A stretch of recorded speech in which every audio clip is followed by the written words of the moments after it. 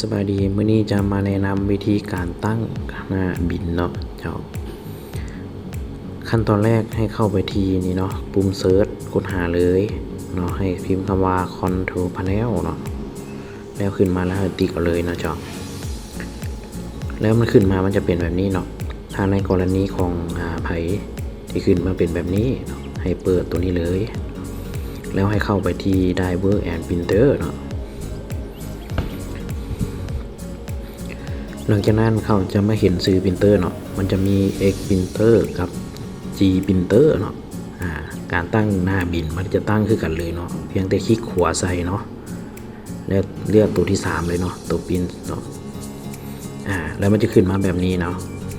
แล้วให้กด New มันจะขึ้นมาให้แบบนี้เนาะตัวนี้เนาะขนาดหน้าบินของคอมแต่ละหน่วยเนาะจะเป็นหัวหน่วยบ่คือกันมันจะมีมิลลิเมตรมิลเซนติเมตรเนาะในขั้นตอนนี้มันจะเป็นมิลเนาะเป็นขนาดมิลเนาะตัวที่2เนาะเดี๋ยวสิตั้งให้เบิ่งเลยเนาะมีแต่เฮามาพิมพ์ใส่2ซองนี่เนาะตัววิดกับไฮนี่เนาะ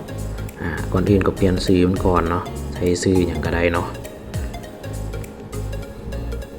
หลังจากนั้นให้เติมนี่เลยเนาะเอาตัวเลขที่วงกว้างมาป้อนใส่เลยเนาะ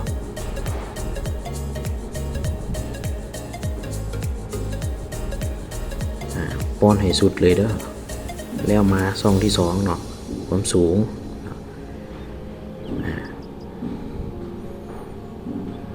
โอเคหลังจากนั้นก็กดโอเคเลยเนาะหลังจากนั้นให้มากดตัวนี้เนาะซองตัว108องศานี่เนาะแล้วก็กดแอดกดโอเคเนาะหลังจากนั้นเราจะไปลองปิ้นบินลองเบิ้งเนาะเดี๋ยวเราสิไปตั้งหน้าบินอีกเนาะโดยที่เข้าไปที่การออกบินของสาขาเลยเนาะกดเข้าไปที่ปิ้นบินเนาะถ้าของคอมไพที่มันปิ้นบินแล้วมันจะบขึ้นมาแบบนี้เนาะให้คลิกขวาเนาะให้คลิกขวาใส่เนาะแล้วกดพิมพ์เนาะหรือปิ้นเนาะ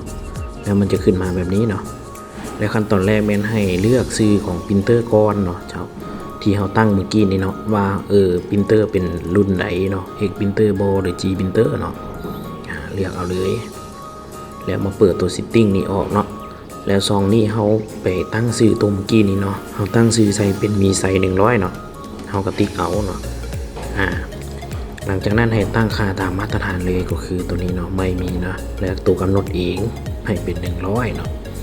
หลังจากนั้นให้กดพิมพ์เลยเนาะถือว่าสำเร็จเนาะ